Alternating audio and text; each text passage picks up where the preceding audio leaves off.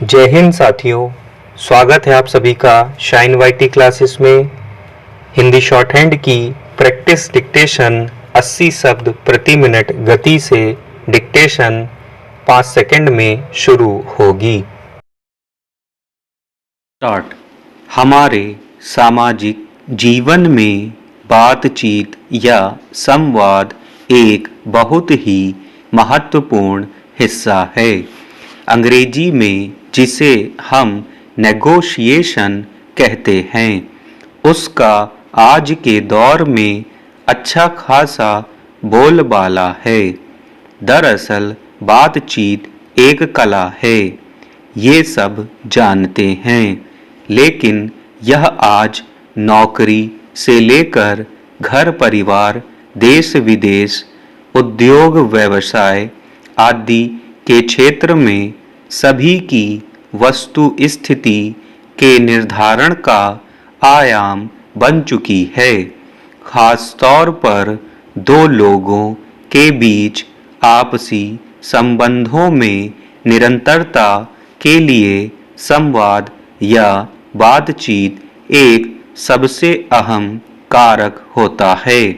जैसे ही संवाद खत्म या कम हुआ, रिश्तों में गर्माहट कम होने लगती है और संवाद के ही अभाव में कई बार संबंध खत्म होने की भूमिका भी छिपी होती है।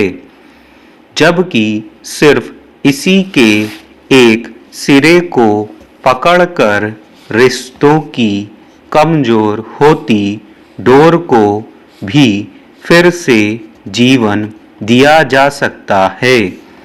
मगर यह भी सच है कि एक अंतर्मुखी व्यक्ति के लिए बातचीत आसान मसला नहीं है। सवाल है कि एक व्यक्ति अंतर्मुखी बनता कैसे है।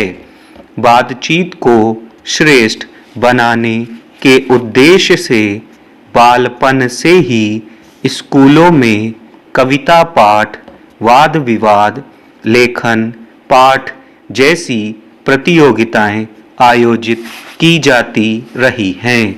व्यावसायिक शिक्षा के क्षेत्र में तो इसके लिए विशेष कक्षाएं भी लगाई जाती हैं। यानी बिना किसी लाग लपेट के यह कहना अनुचित नहीं है कि हम सभी को अपने अपने स्तर पर इस कला को विकसित करना चाहिए। इसमें सबसे जरूरी है अपने संकोच को किनारे रखना, क्योंकि इसके बिना ना तो संवाद की राह तैयार होगी और ना ही इसके जरिए जीवन का विस्तार होगा। आज भी ग्रामीण इलाकों में ऐसी महिलाएं जरूर मिल जाती हैं जो अन्य महिलाओं के बीच आपसी मसलों को बातचीत से सुलझाना जानती हैं।